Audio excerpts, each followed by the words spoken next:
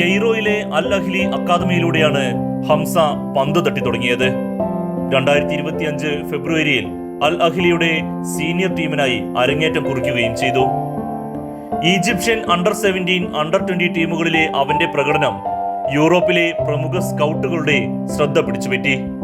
2026 ഫെബ്രുവരിയിൽ ലോണിൽ ബാഴ്സ അത്ലറ്റിക്കിലെത്തിയ ഹംസ വളരെ വേഗത്തിലാണ് ക്ലബ് അധികൃതരെ ആകർഷിച്ചത്.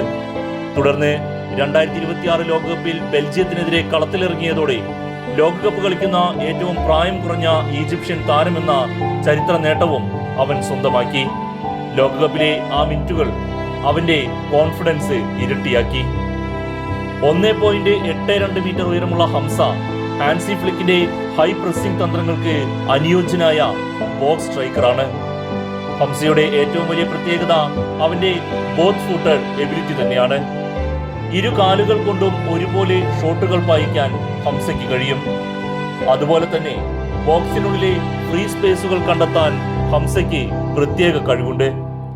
ഡിഫൻഡർമാരുടെ ഇടയിലുള്ള ചെറിയ വിടവുകളിലേക്ക് വേഗത്തിൽ റൺ നടത്താനും പേസ് ഉപയോഗിച്ച് ബോക്സിലേക്ക് ഇരച്ചു കയറുവാനും ഹംസ മിടുക്ക് കാണിക്കുന്നു.